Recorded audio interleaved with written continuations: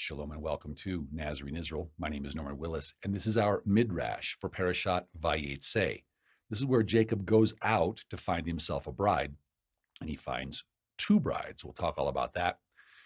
He also has a dream of a ladder reaching up to heaven, and we're going to talk about how this ladder symbolizes Yeshua and our return to the ways of Elohim via repentance in Yeshua. We'll talk all about that. Before we get there, we had some good comments came in last week about the death threats, where we were so rudely interrupted by an Ephraimite associate of the Sanhedrin teaching and selling Noahidism.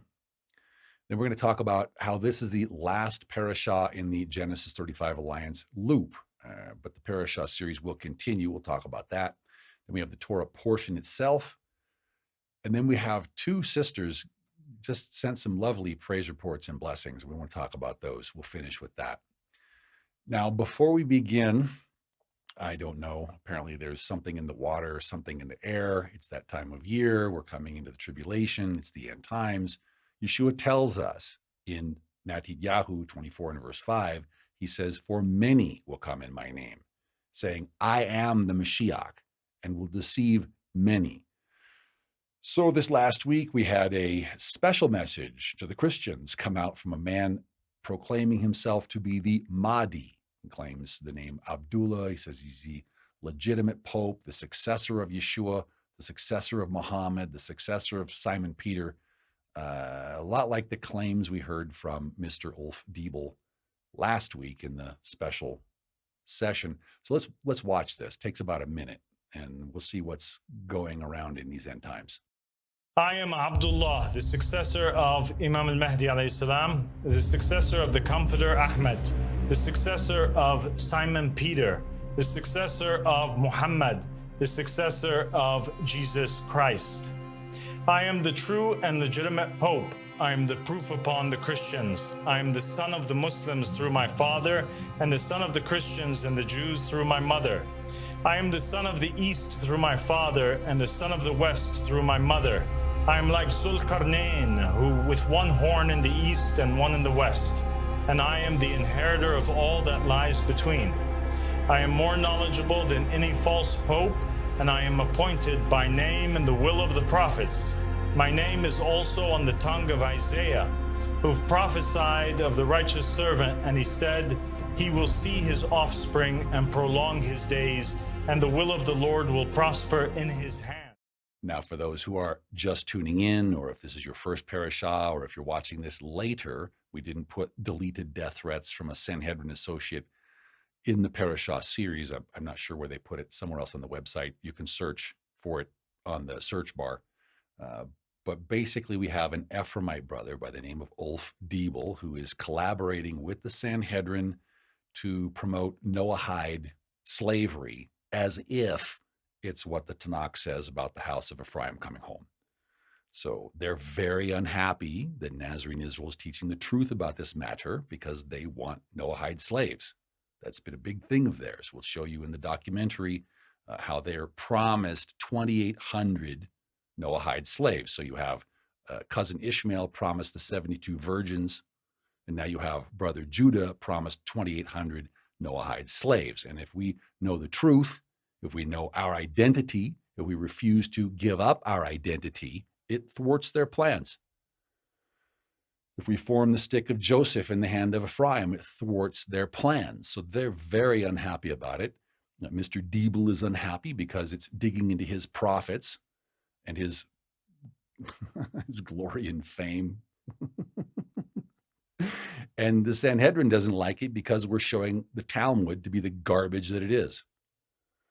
So Mr. Diebel writes, he says, as I'm involved in the setup of the Sanhedrin, I can promise you right now that you will be one of the first cases dealt with once the Sanhedrin is fully functional. And we believe he means it. We believe he's very serious. The Sanhedrin, of course, will publicly disavow this, but we all know what they teach.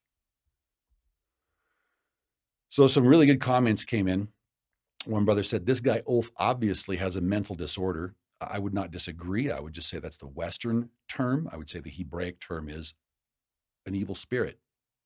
He said, I would stay far away from him. Don't even address him at all anymore. And brother, that's the problem. We've been not addressing him. So I gray rocked him for the past 6 years. So 8 years ago, he sent those videos, and I just, the first one, it's too long of a story. It doesn't matter. Just deleted, didn't finish watching them. 6 years ago, he harassed me so bad I had to call Microsoft to figure out how to block him. So he's a communications expert. So I had to call Microsoft to figure out how to get him blocked. And then immediately after that, apparently he's been talking with the Sanhedrin ever since. And now we're getting death threats on our YouTube, even though I haven't spoken with him for 6 years. So another good comment. Brother, you've got a real one on your hands there. Amen.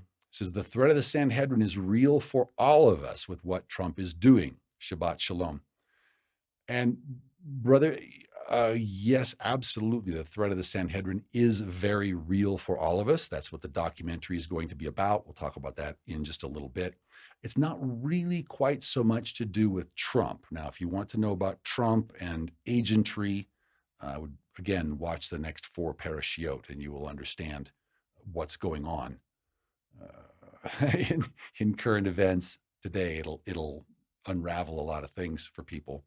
But it's not so much to do with Trump. So the thing is, here we have Bereshit, or Genesis 35 in verse 11, where, again, this will be not this week, but Elohim said to Yaakov, so he changes his name to Israel, and he says, a nation and a company of nations shall proceed from you.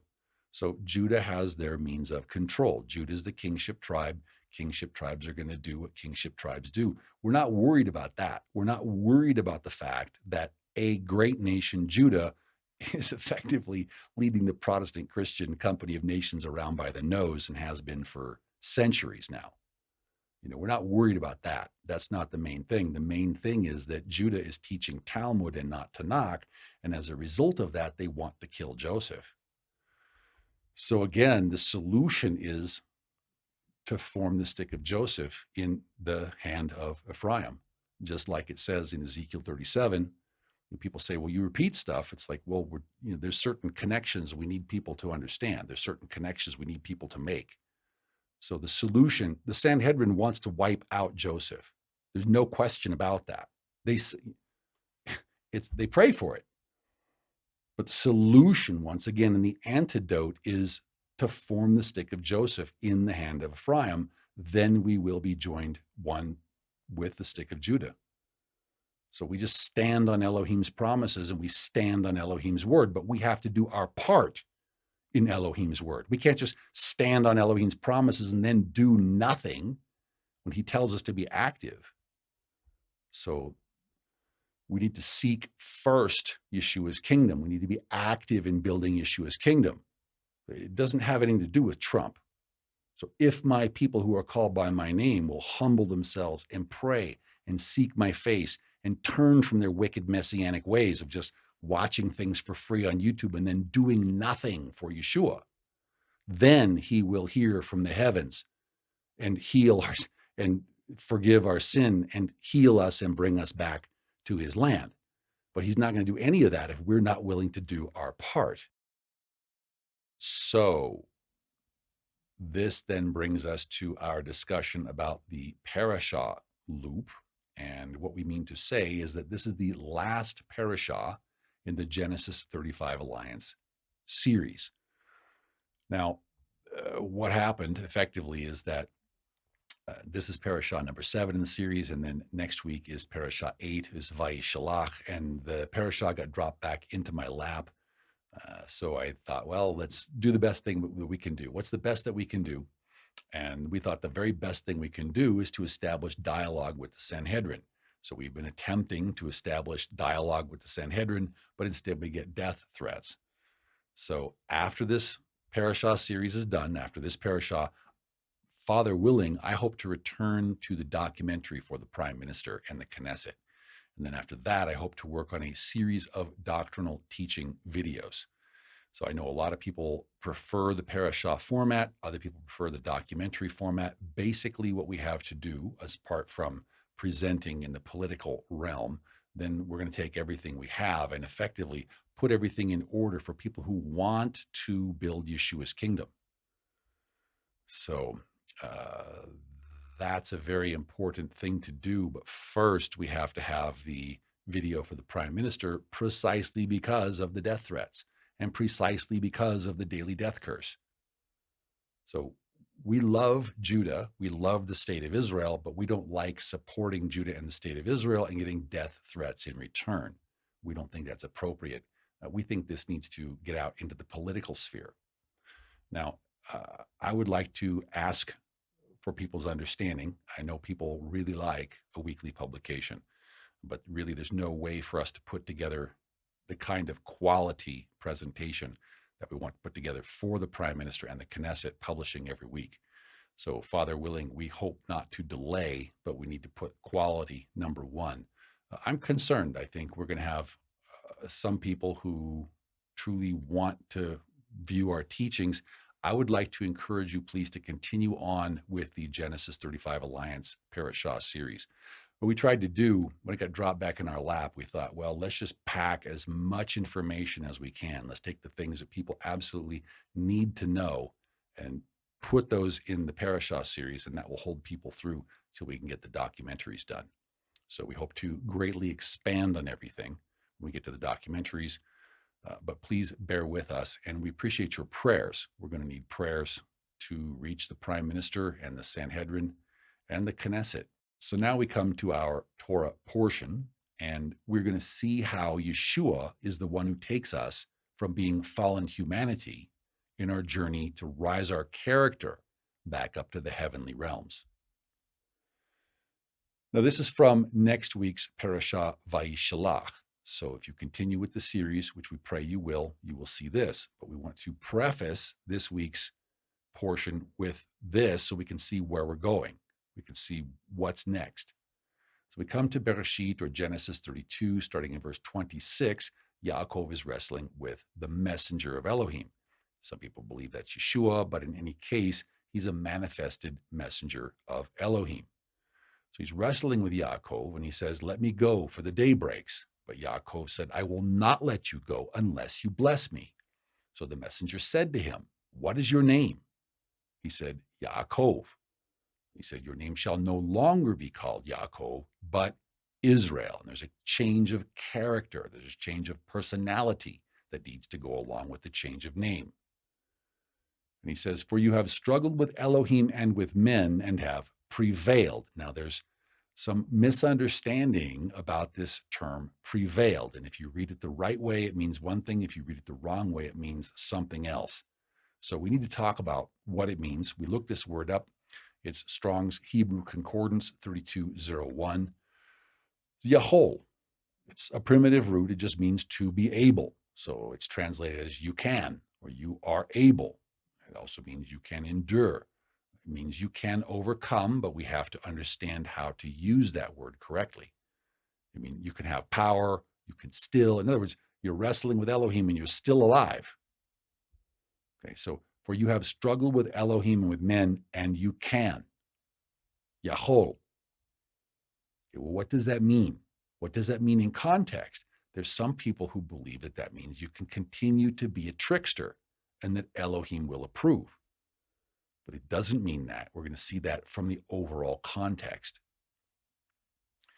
So if we come to Strong's Concordance Hebrew 3290, we're going to take a look at Yaakov's name. That's from Hebrew 61:17. It means heel catcher. That's a supplanter. Refers to Yaakov, our patriarch. But we look up this word to supplant. So in Webster's dictionary, it means to supersede someone else, especially by force or treachery. It can also mean to take the place of and serve as a substitute for, especially by reason of superior excellence or power. So when Yaakov supplanted Esav, it's because he had superior excellence and power. Esav didn't want to do the job. Yaakov did. So last week we had in Parashat Toldot, Bereshit 27 and verse 9, and we're going to look at some parallels here. So Mama Rivka, she tells her son, Yaakov, to go now to the flock and bring her from their 2 choice kids of the goats, and she's going to make savory food for Yitzhak, such as he loves. So here we have Mama Rivka. She came out of Mesopotamia. She came from Adon Aram. So effectively, she's coming out of the area of Babylon and the land of Nimrod. Okay, well, maybe some things are wrong there. Maybe her personality needs to change when she comes to the land of Israel to become Yahweh's people. We don't want to talk bad about Mama Rivka, but we're just saying. Now, also, if you continue with this series, you'll see how the trickster disposition passed then to Zerah. So we come to chapter 27 and verse 11. Yaakov said to Rivka, his mother, this is last week, behold, Esav, my brother, is a hairy man, but I'm a smooth-skinned man. Perhaps my father will feel me, and I shall seem to be a deceiver to him. And then that way I shall bring a curse on myself and not a blessing. Now, notice here, he doesn't express a whole lot of concern about lying. His concern is that he not receive a curse. So this is difficult. I always catch a lot of flack for pointing out the net negatives, but it's the other religious traditions of the world that take their main characters and try to turn them into demigods. So they only show alleged superhuman aspects of their national patriarchs. But Scripture is different because we see both the good and the bad. And I believe the reason we do that is so that we can recognize the negative in us and then see the heavenly that he wants us to develop. So continuing in Toldot, verse 15, Rivka took the choice clothes of Esav. She put them on Yaakov. She put skins of the kids of the goats on his hands, on the smooth part of his neck. She gave him the savory food and the bread. So she's setting this whole thing up. Well, we talked about that last week. Now, some parallels. So Rivka, we're going to see this week, Lavan. Okay, and Rivka is Lavan's sister. Now, Rivka puts Yaakov up to tricks. Okay, again, Yaakov's main concern at this early point, before his name was changed, is whether or not he would get cursed for the trickery. And now also, again, I don't want to talk bad about the patriarchs, but as we'll see, Yitzhak, as Yaakov, was led by his stomach. But the thing is, Yitzhak investigated his doubts. He checked things out, and Yaakov didn't do that. We'll see that later. So continuing in verse 18, Yaakov went to his father and said, my father. He said, here I am. Who are you, my son? Yaakov said to his father, I am Esav, your firstborn. Well, Yitzhak checks things out. He says, how have you found it so quickly, my son? He says, please come near. I want to feel whether you're really, I want to check this out. I want to verify. And Yaakov doesn't do that. Okay, so now we come to chapter 28 and verse 10. Now Yaakov went out, Vayetze, from Beersheba and went toward Haran, toward Mesopotamia. So he came to a certain place and stayed there all night because the sun had set. And he took one of the stones of that place and put it at his head, and he lay down in that place to sleep. Then he dreamed, and behold, a ladder was set up on the earth, and its top reached to the heaven, and the messengers of Elohim were ascending and descending upon it. Now, we've talked before about this slide. If you're new to the Parashah series, we discussed this in much more detail in other portions, but effectively we began as Elohim's family in Eden. Our job was to take care of one another so that together we could serve him and take care of his planet as a family. We didn't want to do that. We wanted to be egotistical. We didn't want to think of everyone. We wanted to think only of ourselves, put ourselves first. Fallen watchers helped with that, so we fell down. Okay, well, now what we see effectively is the war route, or you could say the rungs of the ladder. We're climbing back up to heaven. Not everyone is doing it, but certain people are dedicating themselves to make sacrifices and living sacrifices for Elohim. So Noach obeyed to save his life. By the time we come to his life and the lives of his family, by the time we come to Avraham, he has to leave his home and his father's house. He has to do all sorts of things. He ends up being alone a lot. So, but this was the next step, is that we had to obey Elohim, not just to save our life, but because we love Elohim. We want to be his friend. We want to help him establish his kingdom here on the earth. We talk about the other steps in other sections. Verse 13, Yahweh stood above the ladder and said, I am Yahweh, the Elohim of Avraham, your father, and the Elohim of Yitzhak. The land on which you lie, I will give to you and your descendants, meaning both houses, Judah and Joseph. Don't let any Sanhedrin associates sell you into slavery. But we see Yeshua's role in this. We come to Yohanan or John chapter 1 and verse 51. Yeshua is talking to Nathanael.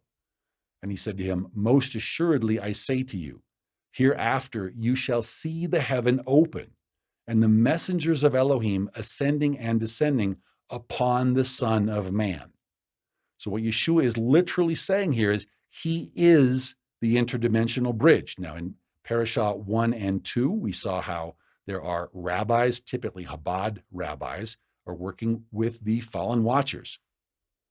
Now this is a big, well, watch 1 and 2 if you haven't seen 1 and 2.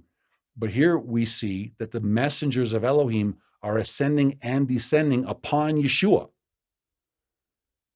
So the rabbis are seeking interdimensional contact with interdimensional beings, aka the fallen watchers.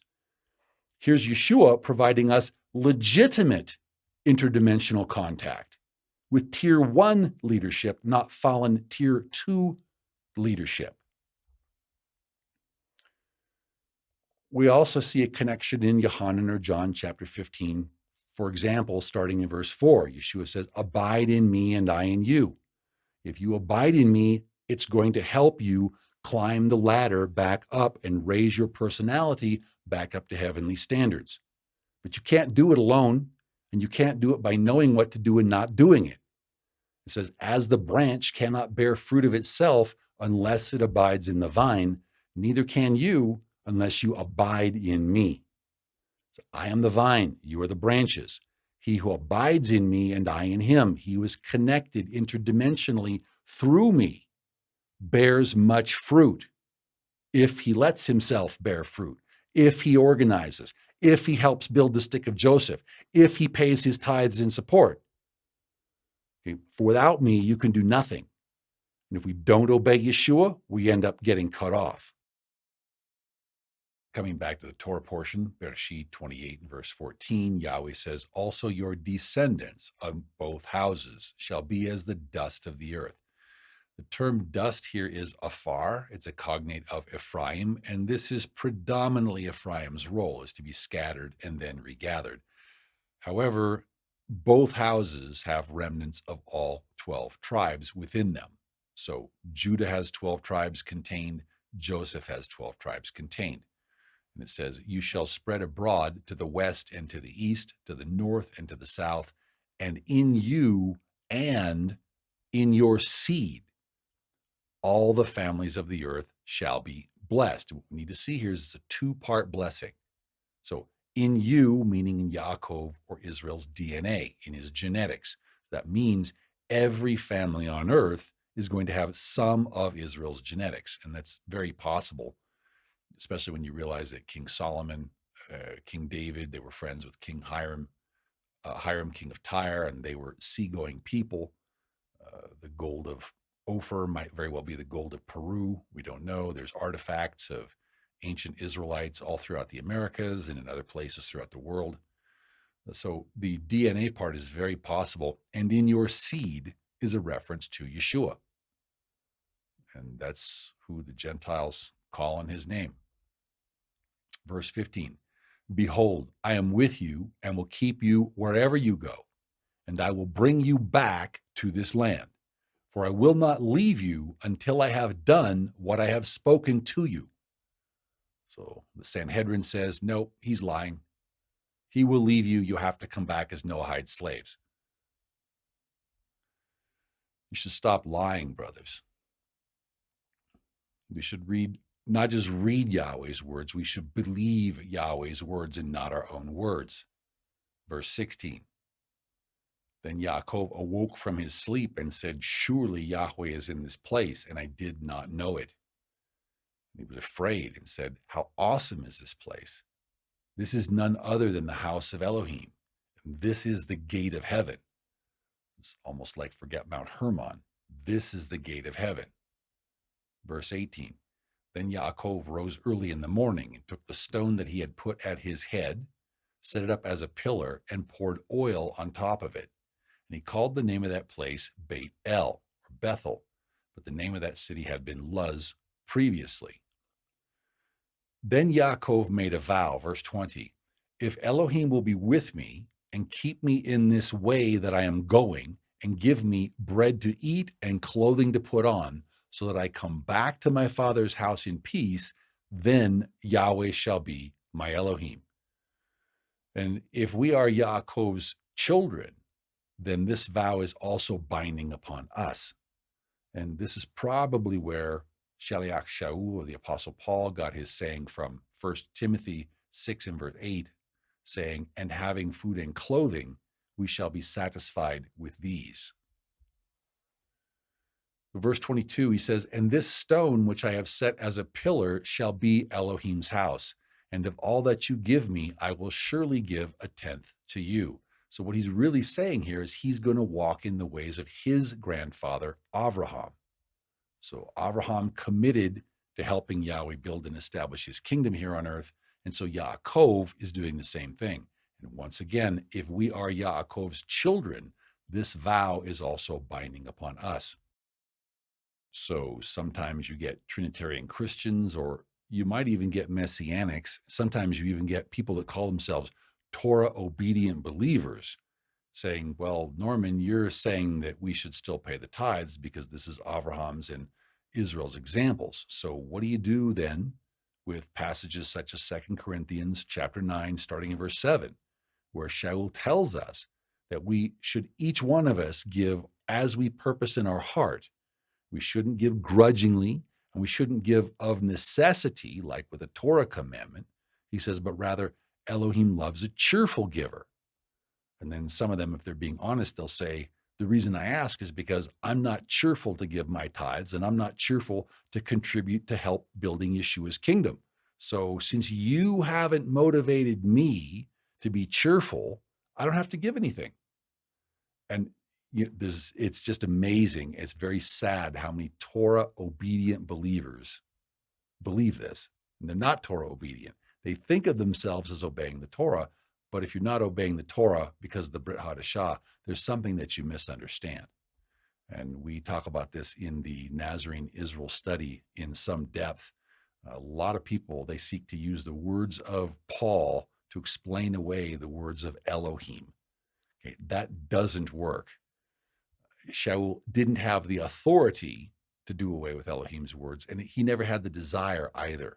But rather sadly, what happened is Shaul was very misunderstood in some passages because Shaul doesn't have the authority to do away with the commandments of Elohim. So they'll say, Yeshua said this, Shaul said that, therefore Shaul wins, Yeshua loses. Okay, that doesn't work. So I believe what Shaul was really saying is, listen, the main thing is that you're joyful. Because yes, it's a religion. Yes, there's commandments, statutes, laws, ordinances, all these things. But mostly, it's a relationship. These are just the house rules. We have a relationship with the king. And we have a relationship with the king's son. If we're not joyful to give to his kingdom, what's wrong with us? And I believe what he's really saying is, listen, 10%, it may seem like a lot. You might have to work up to it. If you can't give 10, then give 5 with joy. If you can't be joyful to give 5, then give 2. If you're not joyful to give 2, then give 1, but give something. Be joyful to do something for your husband and king. That's how I interpret it. And sadly, Shaul was misunderstood. We talk about that in some depth in the Nazarene Israel study and many other places. But Shaul's trying to motivate us. He's trying to help us understand the importance of this relationship that we've entered into. Because he tells us if we are joyful to give to Elohim, he's going to see that. If we're joyful to serve him, he's going to see that. And Elohim is able to make all favor abound toward us so that we, always having all sufficiency in all things, may have an abundance for every good work. So what Yahweh is saying there, or what Shaul is expressing, is that Yahweh wants to bless us. He's looking for reasons to bless us. When we don't obey his commandments, especially out of fear that he's going to rip us off, or he's going to shortchange us, that's not walking by faith.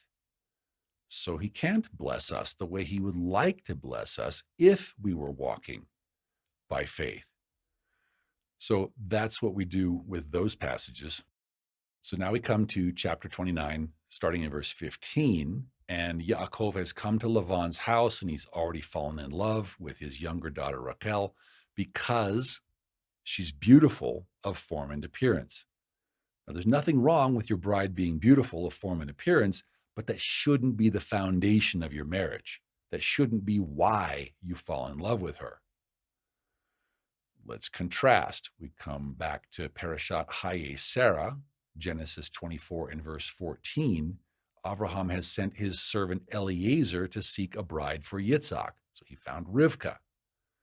And he prays, he says, now let it be that the young woman to whom I say, please let down your pitcher that I may drink. And she says, drink, and I will also give your camels a drink, showing goodwill and showing effort on her part. True service. Let her be the one you have appointed for your servant Yitzhak. And by this I will know that you have shown kindness to my master. So kindness, as we explained, being the desire to help build Elohim's family and to help build Elohim's kingdom. So Rivka was beautiful on top of that, but that wasn't the reason for the relationship. So we say this in context not to talk bad about the patriarchs, but we say this in order to understand who Yaakov was before Yahweh commanded him to change his name and his character to that of Israel. Verse 18, Yaakov loved Rachel. So he said, I will serve you 7 years for Rachel, your younger daughter. Laban said, well, it's better that I give her to you than I should give her to another man. Now notice, it's a very non-committal response. He doesn't promise her, doesn't give her any promise by name. We're going to see later the possibility that, in fact, he didn't tell Rachel either. So one of the things we should see here is that according to the ancient Hebrew wedding model, the bride and the groom then would have been kept completely separated until the wedding. So they wouldn't have had, in a modern relationship, if you're engaged to be married, you go for long walks and long talks, you have discussions and these kinds of things. They wouldn't have done that back in those days. The bride and the groom would have been kept apart until the wedding. So they didn't know each other that well. Verse 20, so Yaakov served 7 years for Rachel. And then Yaakov said to Lavan, give me my wife, for my days are fulfilled, that I may go into her. So again, he's not talking with Rachel. They've been separated. That's why he's talking with Lavan. So Lavan then gathers all the men of the place and he makes a drinking party. So we'll take a look at that word next. The word in Hebrew is mishteh. It's a drinking party. Now it came to pass in the evening that he took Leah, his daughter, and brought her to Yaakov, and he went into her. And Lavan gave his maid Zilpah to his daughter Leah as a maid. So now let's consider the possibility if Yaakov was drunk and he hadn't seen Rachel in 7 years. Is this perhaps why he didn't discover the deception until the next morning? We take a look here. Okay, so mishteh, Strong's Concordance, Hebrew 4960. It means drink or drinking. Okay, and take it to the root. It means to imbibe or to drink or to get drunk. There's no food involved. It can be called a banquet, but it's a drinking party. Verse 25, so it came to pass in the morning that, behold, it was Leah. And perhaps it wasn't only Yaakov who was surprised. And he said to Lavan, "What is this you've done to me? Was it not for Rachel that I served you? Why then have you deceived me?" And you have to be pretty dense to miss the parallels here. Most everyone understands that what goes around comes around, and this is a biblical principle. So when you put out bad or negative energy, bad things come back to you. And just to say it, our rabbinic brethren have been saying a curse over all Christians worldwide, Joseph or Esav. Okay, both are prohibited by Genesis 12 and verse 3. But Judah's been putting out this curse and this hatred and this death energy for almost 2,000 years now. And then Judah is surprised when they have horrors like the Holocaust. Okay, well, this is the lesson of this parashah. If you put out wrong energy, if you put out wrong patterns, if you do wrong things are going to happen to you. Yahweh says, how you are with me, that's how I am with you. How you treat his people, that's how you will also be treated. It's sad, it's terrible to say, but that's the reality. That's the kind of thing we need to be getting from this parashah, not just reading it and forgetting it and going on to the Talmud and the Zohar. Well, let's see the kind of things that happen. So the heel catcher, Yaakov, he's had his heel caught. So let's take a look at some parallels. Eliezer sought a bride for her kindness. Here Yaakov is seeking a bride for her beauty. Now, Lavan gives a very non-committal response. He doesn't test Lavan. He doesn't drill into things. Now, also, Yaakov tricked his father with food. Here, Lavan tricks Yaakov with drink. But in both cases, they're both tricked by the stomach through consumables. So there's other parallels. In Genesis 27, Lavan's sister Rivka dresses Yaakov up and gives him the food to trick Yaakov's blind father into giving him the blessing. Okay, well, here Lavan gets Yaakov blind drunk to trick him into thinking that Leah was Rachel, so that eventually he would marry them both. Now, again, the attitudes here. So Rivka came out of Babylon, and she passed this trickster nature then to Yaakov. Yaakov eventually then passes it to Judah. Judah passes it to Zerah. But the principle here is you shall reap what you sow. What you do to others, so it shall come back to you. This is a very real principle. Let's ask ourselves in context, why is the Sanhedrin making death threats toward the Josephites for teaching that Scripture still is and that Yahweh intends to keep his promises? There's some very sad tales here. Now, one of the things, if we're ever having difficulties and struggles in life, let's think about the matriarchs. So verse 31, when Yahweh saw that Leah was unloved, he opened her womb, but Rachel was barren. So each of them had their own pain to bear. So Leah conceived and bore a son, and she called his name Reuven, and she's seeking her husband to love her. Verse 33, and we see what a horrible thing Lavan has done to his daughters. Leah conceives again. She bears a second son, and she says, because Yahweh has heard that I am unloved, therefore she calls her son's name Shimeon.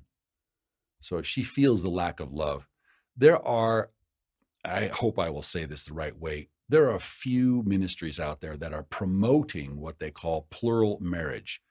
And I haven't seen much but abuse out there in these other teachings. If you are someone who has been affected by, how should we say, easy divorce, plural marriage, these kinds of things, we have 4 studies I would recommend to you, and there are some horrible cases of abuse out there. There's more studies than this on the website, but check out the Covenant Relationships collection. There's 4 studies. If you only have time for one, please check out Yahweh's Heart in Marriage. That's got all the details. We've got an older video on the website you can find under the same title. Father willing, we'll get a chance to do it again someday, but we'll update it, but all the information is the same. Basically, there's a lot of abuse. There is one time when Yahweh commands plural marriage. There are other times when plural marriage is permissible.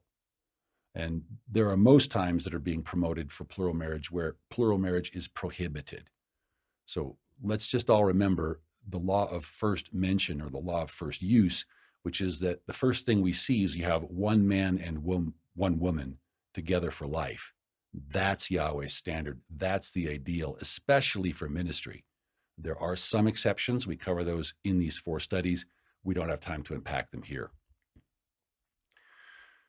We come to verse 34. Leah conceives again, and she bears a 3rd son. And she says, now this time my husband will become attached to me, because I have borne him 3 sons.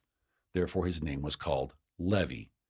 Just so much pain here. Now, verse 14 of the following chapter 30, Reuven went in the days of the wheat harvest and found mandrakes in the field and brought them to his mother Leah. Then Rachel said to Leah, please give me some of your son's mandrakes. Now, mandrakes, we learn in Song of Solomon, chapter 7 and verse 13, they're considered an aphrodisiac in the Middle East. So Leah responds and she says, is it a small matter that you've taken away my husband? Would you take away my son's mandrakes also?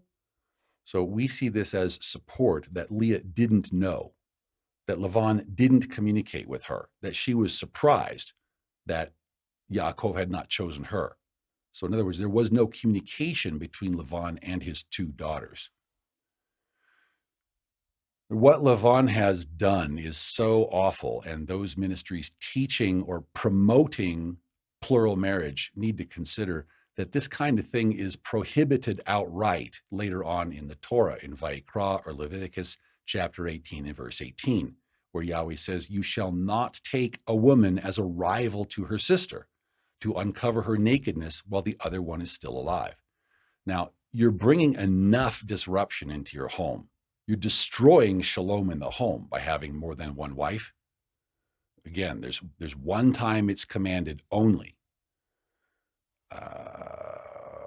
So why people would promote it, I don't understand. So Yahweh prohibits it. We should not do it. If you are considering it, please read the 4 studies. So at this point, Yaakov has been working for Lavan for 14 years, 7 for Leah, 7 for Rachel. He has nothing to feed his own family with. He's been working for Lavan. Lavan has been getting rich. Lavan knows this.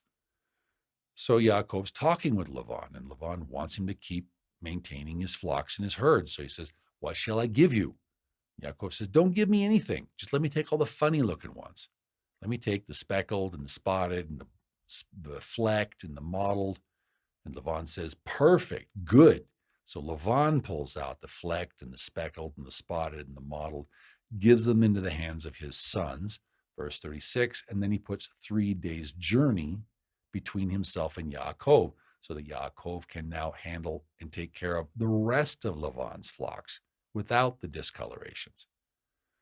So Yaakov knows he's been cheated, so what does he do? Well, he's trickster. So he practices what's called sympathetic magic.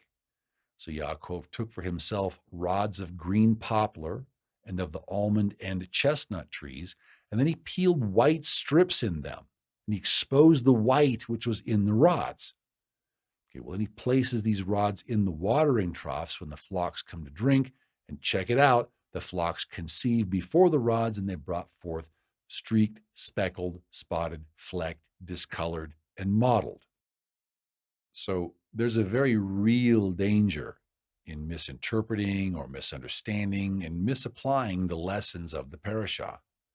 For example, we know that the Torah prohibits sorcery, magic, divination, this kind of thing, because it's reliance not on Yahweh, but upon ourselves or upon demons, other spirits. People can take a look in the Torah and they can say, well, we know the Torah prohibits these things, but take a look at the example of Yaakov. He practiced sympathetic magic and he got blessed. So doesn't that give us a legal precedent? So as we're going to see in the next several slides, that would be exactly the wrong conclusion to take. For example, come to chapter 31 and verse 1. Yaakov heard the words of Lavan's sons, saying, Yaakov's taken everything that was ours. And Yaakov looked at Lavan, and Lavan's not smiling at him anymore. So, verse 3, Yahweh said to Yaakov, go home, return back to the land of your fathers and to your family, and I will be with you. So he's explaining these things to his two wives, to Leah and Rachel, in verse 10. And he's saying, and it happened at the time when the flocks conceived that I lifted my eyes and saw in a dream. And behold, the rams which leaped upon the flocks were streaked, speckled, and gray spotted. Then the messenger of Elohim spoke to me in a dream, saying, Yaakov. And I said, here I am. He said, lift your eyes now and see. All the rams which leap upon the flocks are streaked, speckled, and gray spotted, for I have seen all that Lavan is doing to you. You're having fun playing with your silly sticks. I'm the one who's bringing you the blessings because I've seen all that Lavan is doing to you. Your sympathetic magic? Don't worry about that. That's nothing. I'm the one who's taking care of this for you. Now, arise, go home, return to the land of your family. So verse 14, Yaakov is explaining to his two wives why they're going back to the land of Israel and why he has all the sheep and all the goats. And I see this as evidence, or at least being in support of the concept that Leah and Rachel didn't know what Lavan was doing with regard to the marriage, because they answered and said to him, is there still any portion or any inheritance for us in our father's house? Are we not considered strangers by him? For he sold us, and he's also completely consumed our money. And so these are some statements that don't make a lot of sense in the context of modern marriage, but back in the day when we had the ancient Hebrew wedding model and you had the bride price and the dowry, it was traditional. If a father loved his daughters, he would give, if not all, at least the vast majority of the bride price to the bride. So when Yaakov worked 7 years for Leah and 7 years for Rachel, 6 or 7 of those years should have gone to Leah and 6 or 7 of those years should have gone to Rachel. So they would have some kind of discretionary money. But he didn't give them any of that. So they say, are we not considered strangers by him? For he sold us. We didn't know what was going on in the wedding. He just sold us. He didn't include us. He just arranged a marriage, 2 for the price of 1. You got a 50% off sale. And now he's also completely consumed our money because we didn't get anything.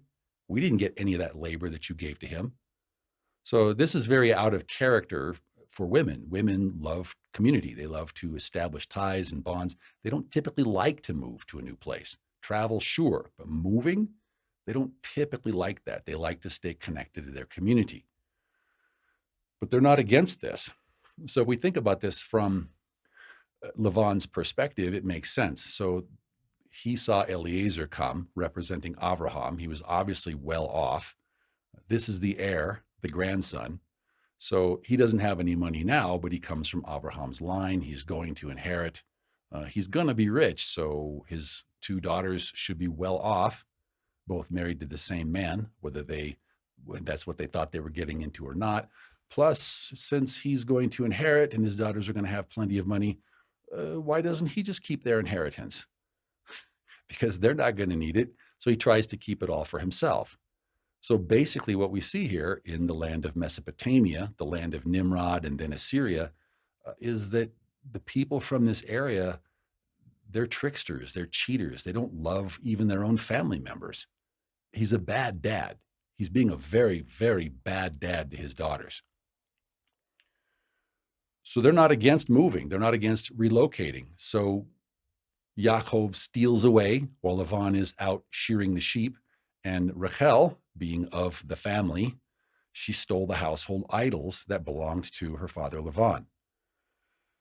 So we don't like to talk bad about the patriarchs or the matriarchs, but again, Scripture is the only tradition, at least that I'm aware of, that you get to see both the good and the bad. You get to see the bad that we're supposed to come out of in order to come to the good.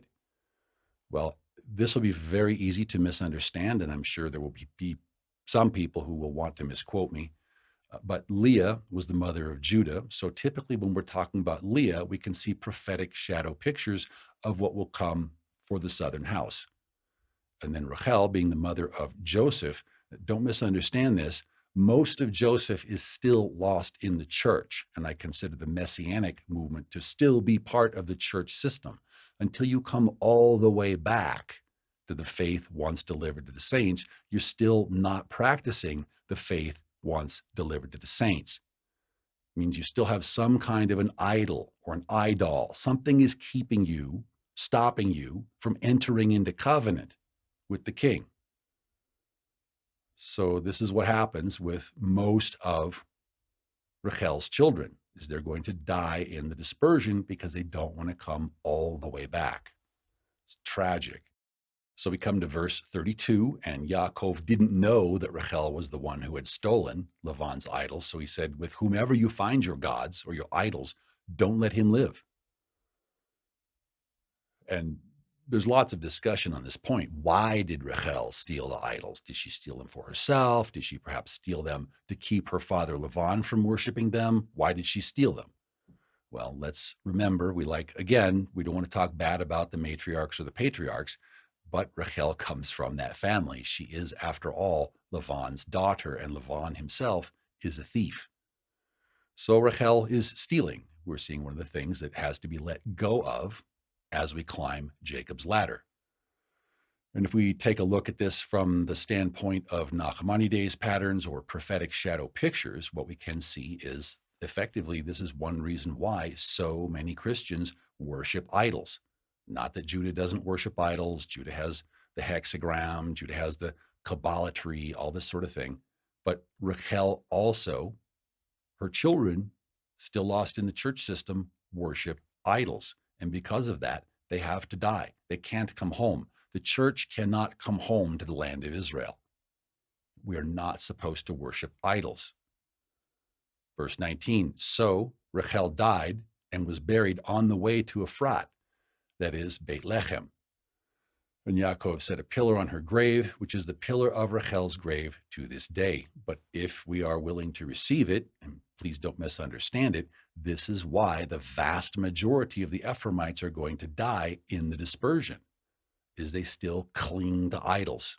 We'll talk about that more in the Haftarah. So the last two verses of this parashah, chapter 32, verses 1 and 2. So Yaakov went on his way, and the messengers of Elohim met him. And when Yaakov saw them, he said, this is Elohim's camp. He called the name of that place Mahanaim.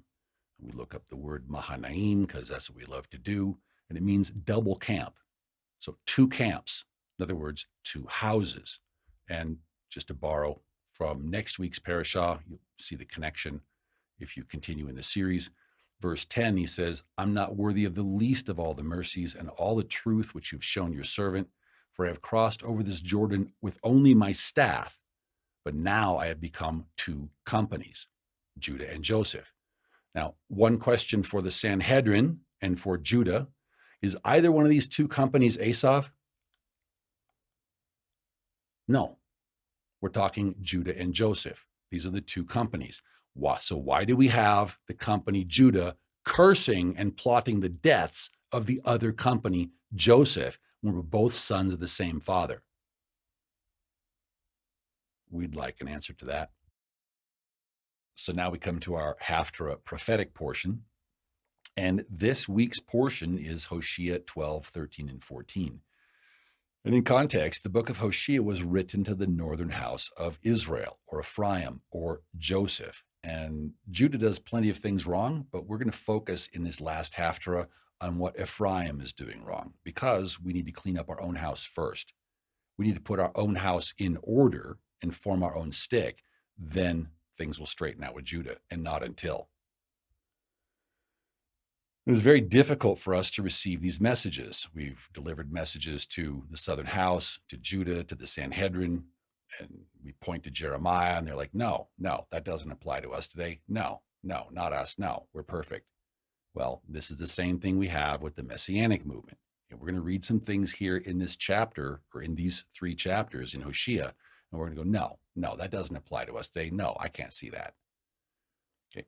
Just in the same way we encourage Brother Judah to take the book of Jeremiah seriously for today and take all of the Tanakh seriously for today, we need to ask Ephraim to take the Tanakh seriously for today also. So verse 1, it says, Ephraim feeds on the wind, and he pursues the east wind. What does that mean? Well, if we think about eating the wind, okay, is there any sustenance? Is there anything to sustain you, keep you going there?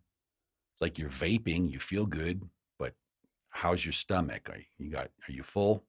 You keep going? Can you maintain? Can you overcome on a diet of air? When he pursues the east wind, well, the east wind, for those of you who have lived in Israel, at the end of winter, there's a it's a drying wind. This wind can come, and if you have new plants, they're just starting to sprout, it can dry them and wither them. Basically, it makes the plants feel sick, makes the people feel sick. It's not a good feeling, the east wind. And Ephraim daily increases lies and desolation. You say, well, what does that mean? How can that be? We're coming back to the Torah, right? We're Torah observant, right? We're reading what we're supposed to be doing. Is that a lie? Is that desolation? Okay, well, is it a step or is it a resting place? And it says, this is in ancient times. It says that our forefathers also made a covenant with the Assyrians, and oil is carried to Egypt. Now, when we get more time, we'll talk more about the sequence of fallen watcher empires. But notice he mentions Egypt, symbolic of the world, and then Assyria. Those are the first two of the fallen watcher empires. And Assyria was then later swallowed up by Babylon. We know about the Babylon sequence.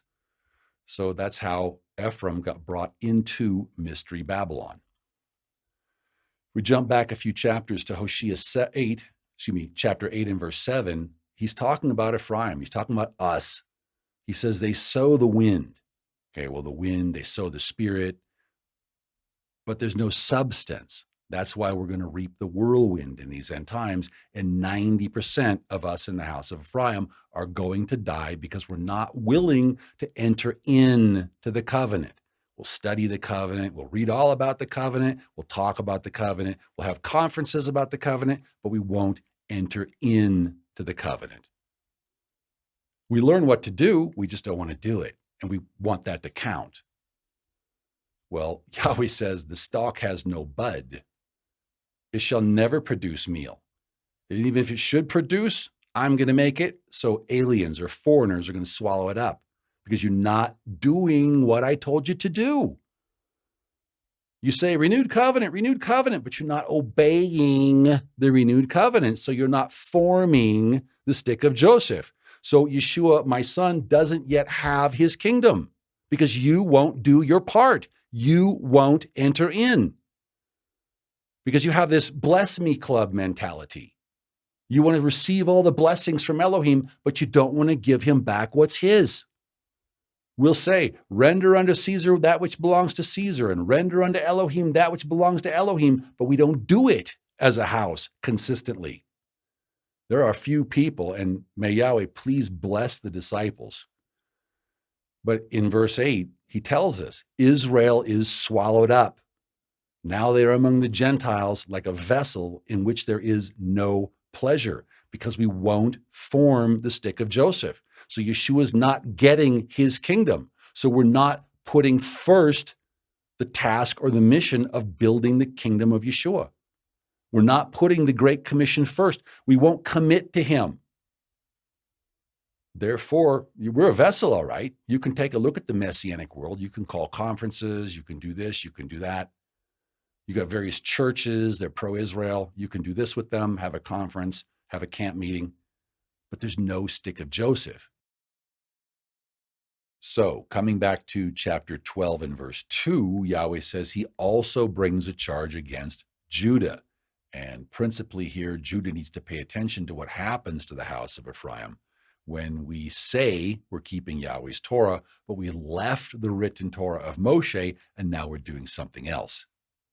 That's a lesson Judah needs to learn. And he says he will punish Yaakov according to his ways. Now, in most cases where it says Yaakov, prophecy is talking about the house of Judah, because Yaakov here is referring to Israel's fleshly nature. Remember, his mother was a trickster. He married Rachel. She's a thief. There's just problems in the family. There's problems in the house of Babylon. And if we don't learn and grow, if we don't come out of Mesopotamia, if we don't come out of Ur of the Chaldees or out of Haran, then we still have this trickster nature. We are effectively Yaakov. And he says, according to his deeds, he will recompense him. And I would say, according to his fruits, good or bad, he will recompense him.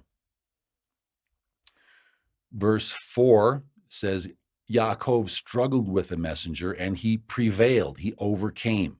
He could. He was able to struggle with the messenger of Elohim. But at the same time, his hip is now out. So that's why he wept and he sought favor from Elohim, because now he needs that favor from Elohim. And he found him in Beit El, where Yaakov set up the pillar, and there he spoke to us.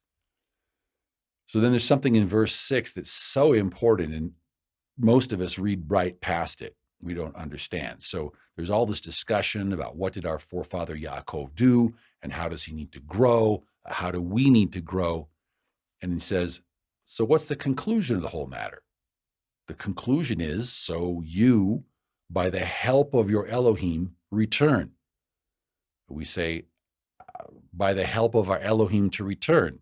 Yes, because Yeshua is Jacob's ladder. So he is the means of our return. He is the means of our purification. He is the way that we can become better. So what we have to do is we have to enter into relationship with him. We have to do everything he says. And it's only by doing everything that he says that we can continue to climb upward on Jacob's ladder. And you say, okay, we got it. We're good. Well, there's more. And it says, observe mercy. You say, check, we got mercy. And justice. And you say, well, we're just. We don't do anyone any wrong. But the problem is, in scriptural terms, to establish justice, you have to appoint judges and officers in all of your gates so that they may judge the people with just judgment. But the people are not willing to enter in. We're not willing to wait on our Elohim continually by listening for his voice and doing everything that he says. So as a result, the people aren't entering in, so we don't have fellowships, we don't have gates. So there's no way to appoint judges or officers, or in our case, elders, in all of our gates. Because why? Because we're not yet waiting on our Elohim continually. If we were waiting on our Elohim continually, we would be hearing his voice and taking care. We'd be diligently doing everything he says to do. Well, we don't like this message in the house of Ephraim. We say, surely not us. We couldn't be doing anything wrong. No, we're not Joseph's spoiled rich kids. Verse 8, Ephraim said, surely I have become rich, and I have found wealth for myself. I don't depend upon Yahweh, for I did it. And I'm doing things correctly. I'm not yet returned back to the original faith. I'm either in the Christian church or I'm in Messianic Israel, which is the same. It's just an extension of the Christian church. So I say, well, in all of my labors, they won't find any iniquity in me that is sin. Well, and there's nothing wrong with prosperity. Prosperity is good. Prosperity can be a blessing from Elohim when we don't replace our focus on Elohim with a focus on it. But how many people have we met? They take pride in their car, they take pride in their home. Some people have vacation homes. Some people own other properties. Some people have wealth. We're focused on our car. We're focused on how much. One time I had a brother say to me, why don't you see how much comfort you can have? It's like, why is that our focus? I didn't have the words for him at the time, but why is that our focus? Why isn't seeing how much we can do for Yeshua, our husband and king, the focus? But no, especially in the United States, we have a focus on things. We have a focus on material goods. We don't think that's wrong. So Yahweh says, I'm still Yahweh ever since the land of Egypt. I'm going to show you what your focus on your airplane and your fancy cars and your air conditioning. I'm going to show you what that's all about. I'm going to show you what that's worth in my eyes. Okay? I'm going to make you dwell in tents again, as in the days of the appointed feast. And we'll talk about Ezekiel 20 some other time. But Yahweh is not happy with us, brothers. We have to understand this was written back for the days of Jeroboam and before we went into the Assyrian diaspora, but it's also end time prophecy. It's also for today. We say it can't be. Just like Judah looks at Jeremiah and Isaiah says, it can't be talking about us. We're good. We're following Talmud. We say we're good. We're Torah observant messianics. Verse 10, Yahweh says, I have also spoken by the prophets, and I've multiplied visions. I've given many, many visions. I should have only had to say it once. Shouldn't have had to send any prophets. I should have just been able to tell you through Moshe, and that should have been good. But no, I've multiplied prophets. I've multiplied visions. I've given you symbols through the witness of the prophets. So just as it was in former times, brothers, our forefathers didn't give Elohim everything he wanted the way he wanted it. We didn't build everything according to the pattern that was shown to us on the mountain. So Elohim destroyed it. He said, indeed, their altars shall be as heaps in the furrows of the field. Verse 12. And this is I don't mean to dish on the men of the great assembly, but we're talking about these things in the Torah portion. So now we're talking about it in the Haftarah. It's kind of a checklist mentality, but I really wanted to dig in. I wanted to talk about this because this is talking to the house of Ephraim, brethren. He's talking to us and our refusal to organize and do the things he says. And we think it's innocent and we think we'll escape and we don't understand. Verse 12 says, Yaakov fled to the country of Syria. Israel served for a spouse, and for a wife he tended sheep. By a prophet, Yahweh brought Israel out of Egypt, and by a prophet he was preserved. But Ephraim provoked him to anger most bitterly. Therefore his Adon will leave the guilt of his bloodshed upon him and return his reproach upon him. And we're like Judah. We say, no, this is talking about centuries past. This isn't for now. This isn't for today. Say, oh, really? If you have not taken the time to either watch or read our study on America, the land of Babylon, it is near the end of our Revelation studies. Revelation of the End Times printed, Revelation simplified on YouTube. Father willing, we hope to do a lot more with this in the future, but this is something for everyone. There are judgments coming on the land of Esav. There are judgments coming upon the land of Babylon. And when you put those requirements together, it looks like America. And the rabbis know it looks like America. And they've got the knives out for America. And we can't complain. There's not a problem. There's people comfortable in America. There's people taking pride in America. When America is, after all, it's not only the temporary homeland of Ephraim, it's also a Goy nation, brethren, and we shouldn't feel comfortable to be outside of our homeland. So now we come to chapter 13 and we see just how far we as a people have fallen. We used to be a nation living together in the land by the favor of Yahweh. It says that when we spoke, there was trembling. We exalted ourselves in Israel. We were his battle axe and weapons of war. But when we offended through Baal worship, we died. We'll talk about Baal in just a bit. But it says, now they sin. Now we sin more and more. And we've made for ourselves molded images, idols of our silver according to our skill. Since all of it is the work of craftsmen. You can find it on templecoin.org. They say of them, let the men who sacrifice kiss the calves. So you have people kissing their temple coins. Well, we talk about this in many other places. The term Baal translates into English as Lord. So when we are calling upon the name of the Lord, that's not the name of Yahweh. That is the name of Baal. And people say, well, that's innocent. We mean to worship Yahweh. We're just calling him by the name of a demon. We're calling him by the name of a fallen watcher. That's okay, isn't it? To call Yahweh by the name of Satan? We talk about this more in our study on the set-apart names in Nazarene Scripture Studies, Volume 1. You can also check out Parashat Pinchas. We talk about this in more detail. So then we come to verse 3, and it just grieves me that so many of us don't understand what's being said here. It says, therefore they, who is they? It's 90% of Ephraim that's not coming home because we don't want to do everything Yeshua said to do.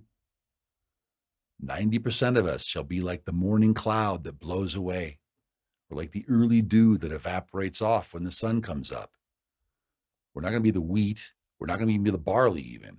We're going to be like the chaff that's blown off from the threshing floor. We're a waste product. We're a byproduct because we're not giving him the kind of fruit that he wants. We're showing bad fruit. So we blow away like smoke from a chimney. No problem. End of life. End of story.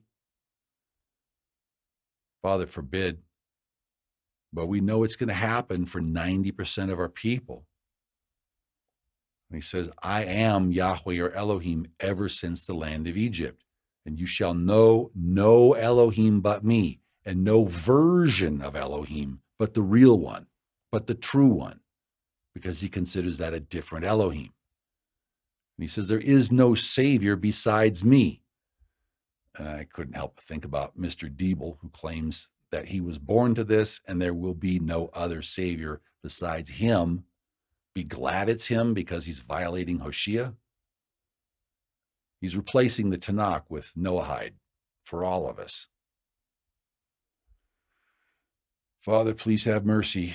Please guide your people. Father, please reach the 10%. Then in verse 5, Yahweh says, I used to know you. We used to be close, but that was way back in the wilderness, back when you had nothing and you depended upon me. It was a land of great drought. You didn't even have water unless I gave it to you. You learned you had to trust me. You learned you had to do what I said or things went badly for you. But then the wilderness was over, you came into the land, and now you have pasture, and now you are filled. And now that we're filled, our hearts got lifted up. We forgot about him. We didn't think we needed to obey him so carefully anymore. We're not so careful to obey his word. Yahweh doesn't like it. He considers it betrayal on our parts. He says, so therefore I will be to them like a lion, symbolic of Babylon, like a leopard, symbolic of Greece. I will lurk by the road. I will meet them like a bear, symbolic of Media Persia, deprived of her cubs. I will tear open the ribcage, and there I will devour them like a lion. The wild beast shall tear them. And you say, well, that's only for ancient times, right? Things are different for the end times. Let's come to Revelation chapter 13 and verse 2. It says, now the beast which I saw was like a leopard, symbolic of Greece. His feet were like the feet of a bear, symbolic of Media Persia, and his mouth like the mouth of a lion, symbolic of Babylon. We know this is the end times because the dragon gave him his power, his throne, and great authority. So in other words, we're going to have a mystery Babylonian government and a mystery Babylonian religion. We talk about that in the Revelation study. Verse 9, Yahweh says, O Israel, 90% of you are going to be destroyed because you refuse to show fruit worthy of repentance. But for the 10% of you who want to walk the way my son walked, your help is from me. You can climb Jacob's ladder back up to me, and I will be your king. You have some other king somewhere that's able to save you in all your cities, perhaps, when I myself am coming against you in these end times. I myself will be to you like a leopard and a lion and a bear. You have some other king, some other plan, perhaps.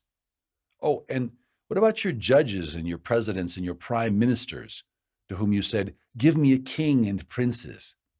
Historically, he gave us King Jeroboam in his anger, and he took him away in his wrath with the Assyrian diaspora and all the death and punishment that took place at that time, and our loss of identity.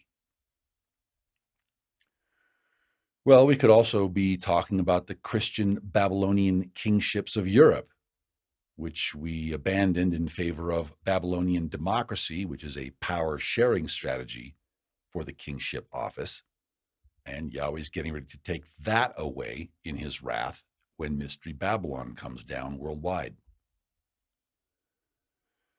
We have a hard time seeing this as being us. We have a hard time seeing how this applies to us in these end times. Verse 12, he says, the iniquity of Ephraim is bound up. We say iniquity, we're Torah observant messianics. We sit in someone's living room. We share a meal together. We don't tithe. We don't organize. We're not really helping Yeshua get his kingdom, but we're not doing anything wrong. We're resting and reading. We're doing what's easy and free. We're not making a living sacrifice, but that's not sin, is it? Yahweh says, the sorrows of a woman in childbirth shall come upon him. Anything sound like Revelation there? Pangs of a woman in labor, something, Matthew 24, something and something. You could leave those in the comments. He says, for he is an unwise son, for he should not stay too long where children are born. I take this as a reference to the church system, because what do? We come to Yahweh for something easy and free. We come to Yahweh to get fed. We come to Yahweh to get healed. We come to Yahweh to get something for us. We join the Bless Me Club. But do we ever think that Yahweh might want something also? The Lexham English Bible gives an interesting translation of this. Again, Lexham is Logos Bible software. They're a bunch of Trinitarian Christians and textual scholars. To my knowledge, they do not agree with two-house theory, so you can't trust anything specifically related to the two houses. But their goal is to create a textually accurate translation of the Hebrew Masoretic text for the Tanakh. So typically speaking, their translations are good, again, unless it has to do with the two houses. But they say the sin of Ephraim is wrapped up, maybe wrapped up in layers upon layer of false righteousness. And therefore, Ephraim's sin is concealed. And what is his sin? Our sin is we're not doing exactly what Yeshua said to do. We're not even doing what the Tanakh says to do, let alone what Yeshua says to do, because we're not building the stick of Joseph. We're not putting his kingdom first. He says, therefore, pains of childbirth come for him. He is an unwise son, because at the proper time, he does not present himself at the mouth of the womb. 90% of Ephraim will stay in the Christian church. They will not change. They will not become Israelites. They won't have anything to do with the birth of renewed Adam. Again, anything sound familiar from Revelation? It says, though he is fruitful among his brethren, an east wind shall come, a desiccating wind, a drying wind that kills the crops. It says, the wind of Yahweh shall come up from the wilderness, and then his spring shall become dry, and his fountain shall be dried up, and he shall plunder the treasury of every desirable prize. And again, historically, we're talking about the land of Israel, but in these end times, we're talking about the United States of America, and there's also distress in all of the nations. He says, Samaria is held guilty, for she has rebelled against her Elohim. We say, it can't be talking about us. We're Torah observant messianics. We're having lunch in someone's living room. We're doing what's easy and free. We're not entering into the covenant. We're not doing everything he says to do. But we don't care. We just want to do what seems good for us. It says she has rebelled against her Elohim. Therefore they shall fall by the sword. Their infants shall be dashed in pieces, and their women with child ripped open. This happened historically. Do we think it can't happen again in these end times? Chapter 14 and verse 1, he says, O Israel, return to Yahweh your Elohim, climb Jacob's ladder, enter into covenant with Yeshua. Do what he says to do. For you have stumbled because of your iniquity, your repeat pattern of sin. Therefore, in these end times, take words with you and return to Yahweh. Climb Jacob's ladder. Say to him, please take away all iniquity and receive us graciously. Then we will offer the sacrifices of our lips. And dare we say there's a right way and a wrong way to do this. And many people think that's all we have to do is offer the sacrifices of our lips and not make any real steps toward true Torah obedience.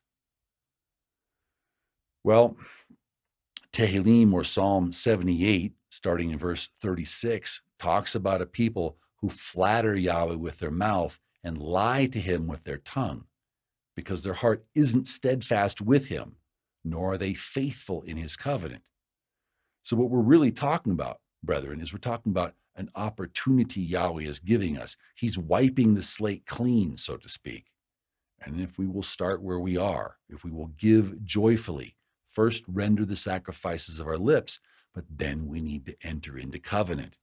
No matter where we are on Jacob's ladder, we could be all the way down at the very base. We could be all the way down at the very bottom. We just have to enter in and just start climbing. That's all we have to do. We have to climb in earnest. We have to climb for real. We come to verse 3, and this is so hard for us to hear. It's even harder for us to accept because we don't think we're doing anything wrong. But we have to say in our hearts, Assyria shall not save us. Babylon neither. We'll talk about that in the next slide. We're talking about the fallen watcher series of empires. We won't ride on horses, trying to deliver ourselves by the power and strength of our own right hand, symbolic of Egypt, nor will we say any more to the work of our hands, you become our false mystery Babylonian gods. For in you the fatherless finds mercy. And we see here that Egypt is symbolic of saving yourself by the power and strength of your own right hand, symbolic of the world. Then you have Assyria and Nineveh, which were swallowed up by the Babylonian Empire. And we know about the Babylonian Empire from Daniel chapter 2, and that sequence is well known. We talk about this in more detail. This is the sequence from Revelation 17. We talk about it in the Revelation studies for those that are interested. Verse 4. He says, for those that will enter into relationship with me, for those who will enter into genuine covenant and genuinely repent, and begin first by offering the bulls of their lips, and then little by little they can grow into the role. They can start doing and giving and supporting as they feel joyfully led, with the goal of making it all the way back up to the true standard. And if they will do that, if they will return to me, if they will climb Jacob's ladder, meaning they will enter into relationship with my son, and they will let themselves be guided by his voice, if they will truly surrender and submit to his voice, I will heal their backsliding. That I will love them freely, for my anger will have turned away from him because he made a commitment. He's not there yet. He's still a mess, but at least he's made a commitment. He started to climb the ladder now. So it doesn't matter how far down he is. As long as he's sincerely climbing and not just camping out, eventually he's going to make it to the top. And that's what I want. I want his salvation. I want him to be part of my family. My anger is turned away from him because he's made a commitment. I'll be like the dew to him. He shall grow like the lily and lengthen his roots like Lebanon. His branches shall spread. His beauty shall be like an olive tree, and his fragrance like Lebanon, because he humbled himself to enter into true relationship with my son. Those who dwell under his shadow and are in that right relationship, they're climbing, they shall return. That 10%, they shall be revived like grain, and they shall grow like a vine. Their scent shall be like the wine of Lebanon. Ephraim shall say, what do I need idols anymore for? Why am I making these things to distract me from giving Yahweh true obedience? Why do I want something to distract me from giving Yahweh my true faithful observance of his word, being careful to do what he says?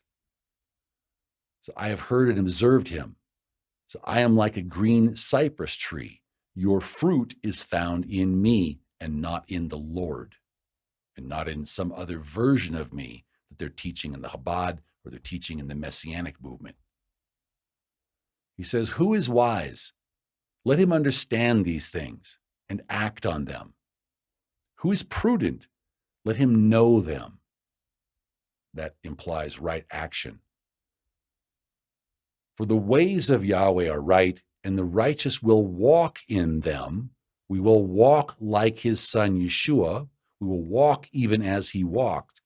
But the transgressors will stumble in them because they don't want to walk even as Yeshua walked. They don't want to make a commitment to climb the ladder back up to the original standard. So now we come to our Brit Chadasha renewed covenant portion. And for full disclosure, I wrote this after we received the death threats from Ulf. And really, all I could think about at the time was Yaakov or James chapters 3 and 4. And I thought about changing it to Yohanan 15 and Yeshua being the vine because he is the ladder. But then I thought, the more I prayed about it, the more I thought about it, it's like, no, we really need to leave it at Yaakov 3 and 4 because we're going to pray for Ulfi. We need to try to reach Ulfi because if anyone needs to hear the message of the renewed covenant again, it's him. And even if we don't reach Ulfi, the reality is most of the Messianic leaders and teachers are basically practicing the same kind of violation, just to a different degree. They may not be issuing death threats and extortion, but either way, they're replacing the message of the renewed covenant with their own message. So Yaakov tells us, my brethren, let not many of you become teachers, knowing that we shall receive a stricter judgment. If we say the wrong thing to a young one, it's as if we tie a millstone around our neck and we're drowned in the depths of the sea because we're misleading other people.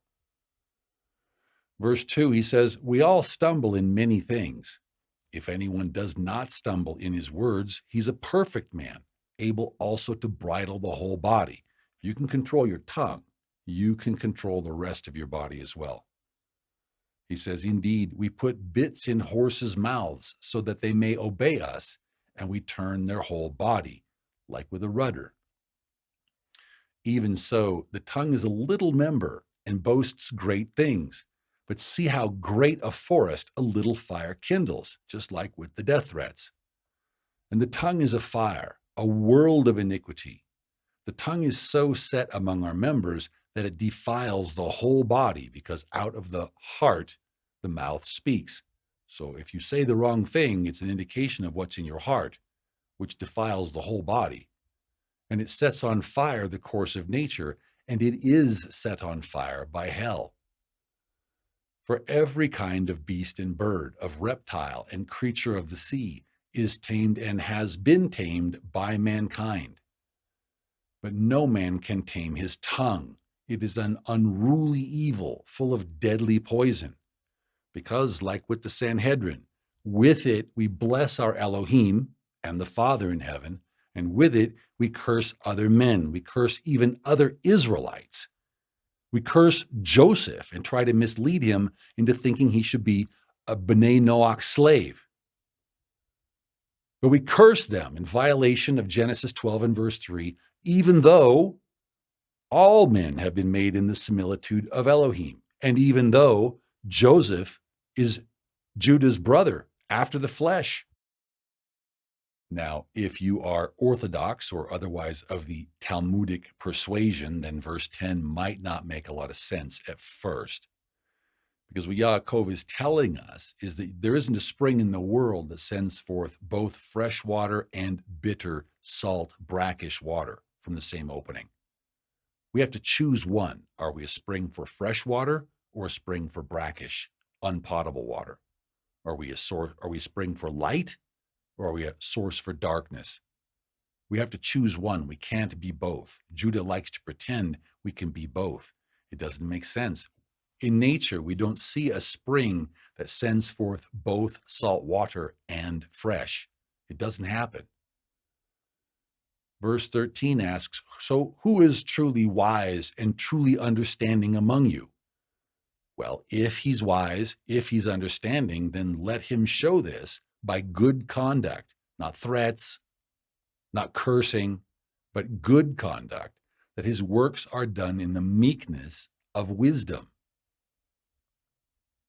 And he says, the thing is, if you have bitter envy and self-seeking in your hearts, then do not boast and lie against the truth. And Ulfi, brother, I love you, but that's basically what you confess to in your videos, you have bitter envy. And you are self-seeking with your temple coin operation because you're effectively prostituting Yahweh's name for personal gain and profit. And some of it goes to the Sanhedrin, and what they're doing is advancing, again, an agenda other than the Tanakh. So therefore, you should not boast and lie against the truth. This kind of earthly, worldly wisdom does not descend from above. It doesn't come from heaven. Rather, it is earthly, it's sensual, and it's demonic. That's where the curses come from. He says, for where envy and self-seeking, such as templecoin.com, exist, confusion and every evil thing are there. And that's certainly what came out of your mouth, brother. You're a perfect example of what Yaakov is talking about. Now, verse 17 says something so important. It says, the wisdom that comes down from above is first pure, then it's peaceable. What does that mean? Okay, well, brother Ulfi, if you were preaching the truth, if what you were preaching was pure, then we could be at peace with it. Then people wouldn't run away when they find out what you're teaching. Okay, but it has to be pure. It has to accord with Elohim's word first. Then we can be at shalom with it. But not until, not before then. And also, brother, if we have the wisdom that comes down from above, we have gentleness about us. There's no extortion. There's no death threats. There's a willingness to yield, to get along with other people, to help everyone come to the knowledge of the truth together. This kind of walk is full of mercy and good fruits without partiality, means without regard to how much money someone has. And without hypocrisy, means you don't offer instant access to the Zion elite. Oh, people who have money, they're more righteous. It doesn't work that way with Elohim. The righteous are very often poor. It says, now the fruit of righteousness, or the fruit of true commandment keeping, is sown in peace by those who make shalom, brother. That's not what you witnessed. You watch your videos and you say, did I bring shalom here or did I bring threats? So now in chapter 4, let's change the focus just a little bit. Let's take the focus off of our beloved brother Ulf, who needs our prayers. And let's put it on 12 tribe Israel, or we could talk about all of mankind for that matter. He says, where do wars and fights come from among you? What's the root cause? What's the root source? Do not these wars and fights come from your desires for pleasure that war in your members? You lust, you want things, but you don't have them. So what do? You murder and you covet, and yet still you can't obtain. So what do? You fight and you war. It becomes a national thing. And yet you don't have the things you want because you do not ask.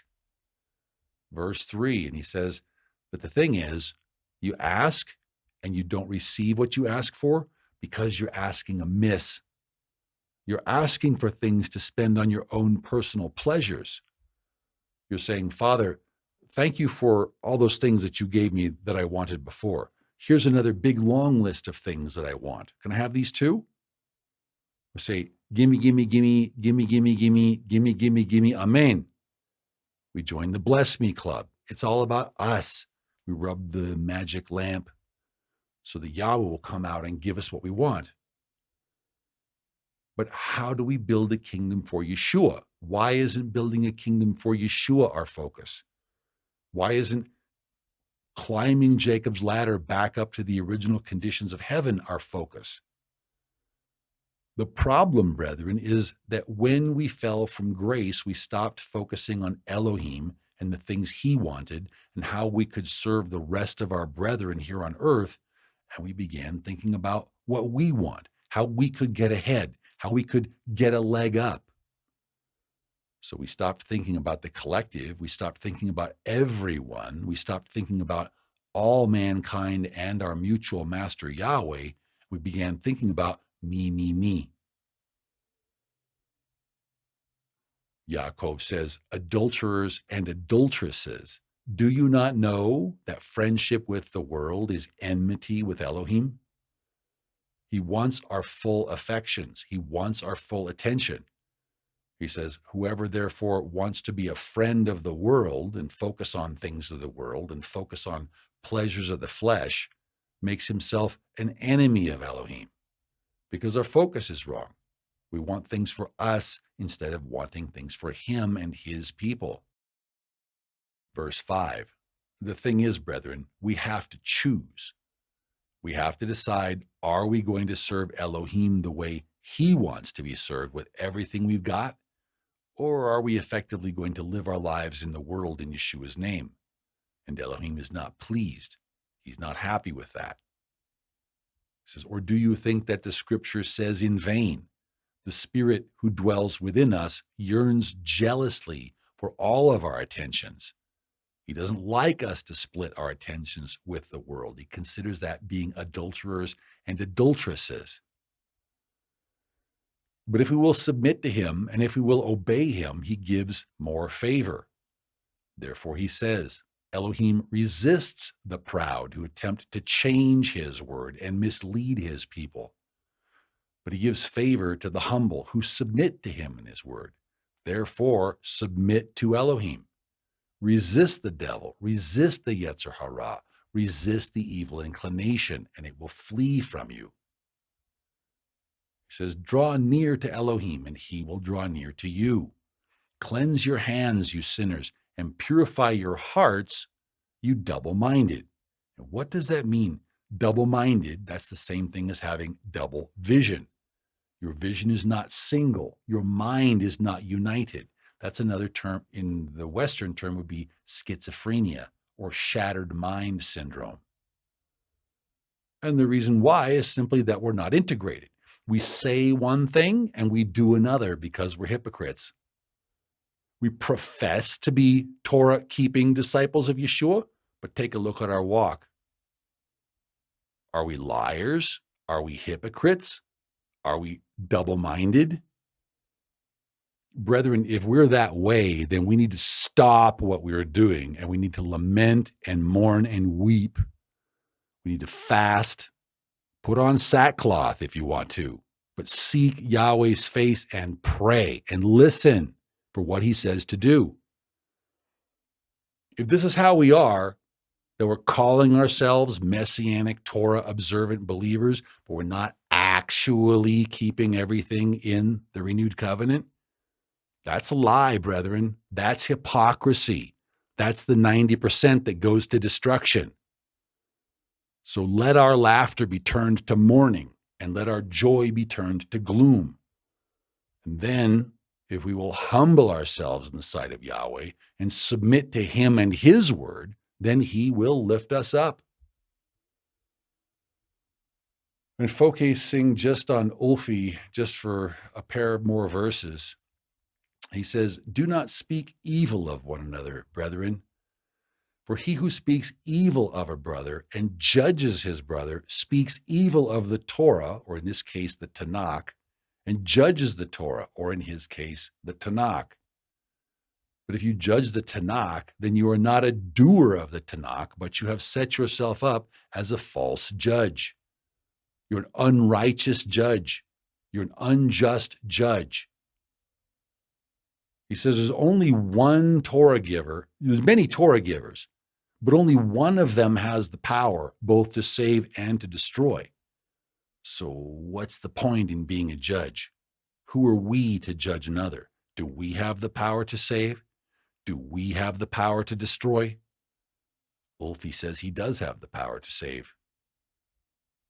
Father forbid, because his word will not be changed. So I wanted to close with a couple of wonderful praise reports and blessings that came in. Actually, we had a third one that came in this morning, but I didn't have time to work it into the presentation.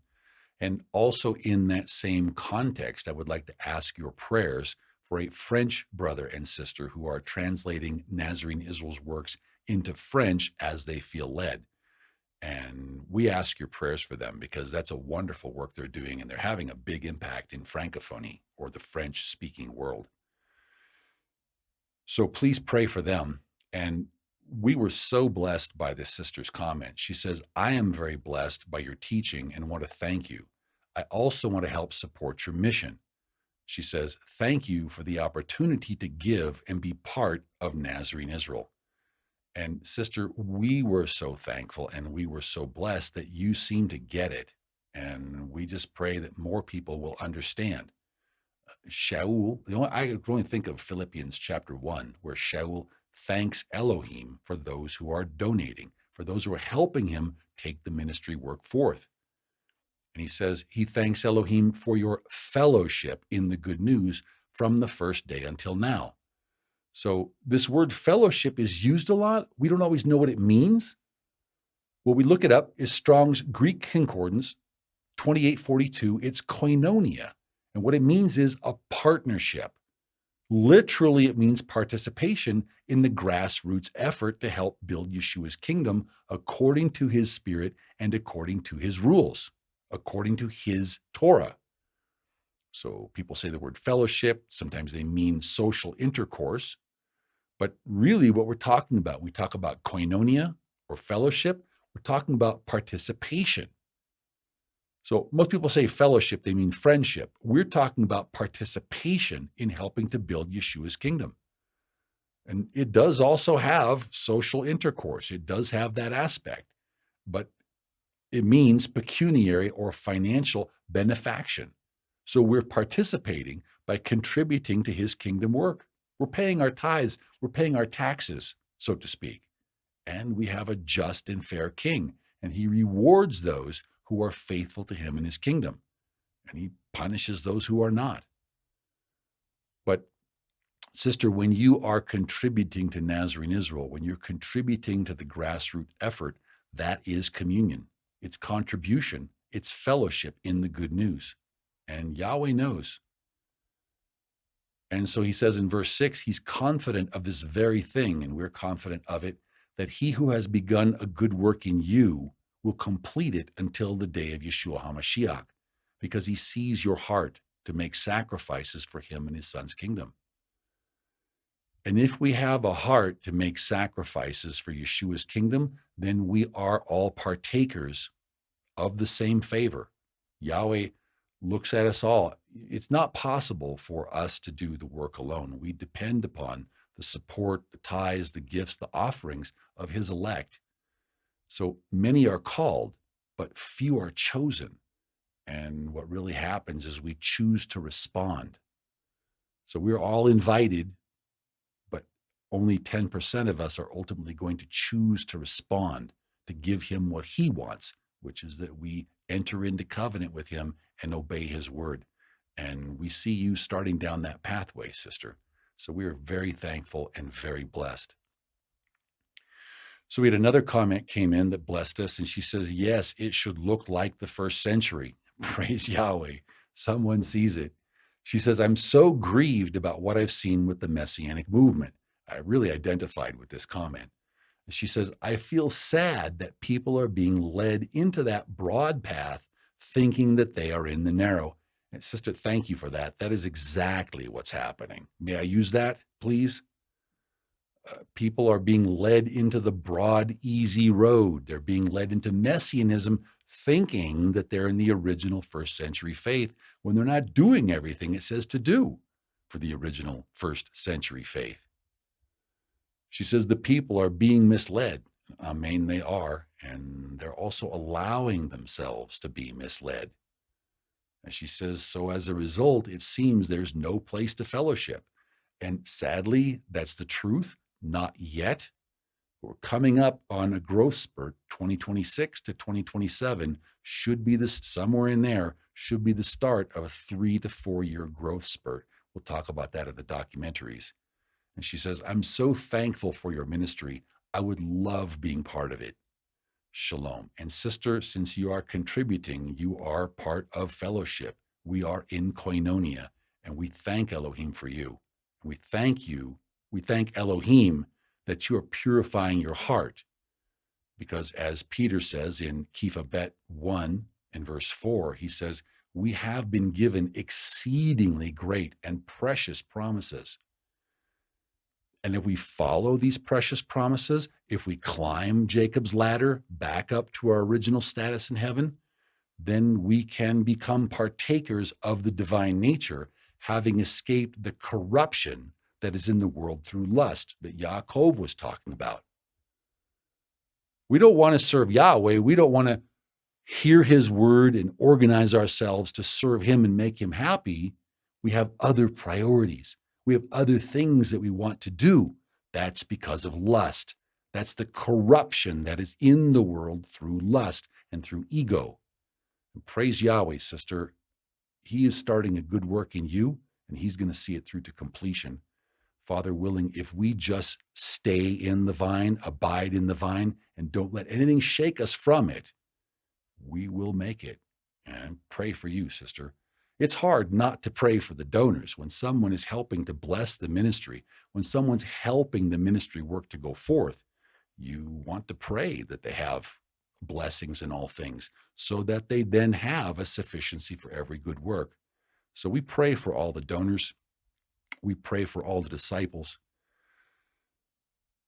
And just again, briefly in closing, this is what has happened. We have fallen down because we did not escape the lusts and the egotism of the world. So we fell down. Now we have to take the long route. Now we have to take the war route back home, back up. So we're at the Yeshua rung. There's a lot of people want to camp out on the I believe in Yeshua rung without obeying Yeshua. But if you don't obey Yeshua, you're still part of Esav, and you don't get to come home. So it takes entering in. It takes seeking first the kingdom of Elohim and his righteousness, and then all these other things can be added unto us. Once we're serving him, then we can have the blessings of being part of his kingdom. But we need to make sure we don't put the cart before the horse. So we thank you for joining us in this presentation, and we hope and pray that you also will understand the need to enter into covenant relationship with Yeshua and to climb Jacob's ladder back up to heaven, back to our original status that we once lost. Shalom.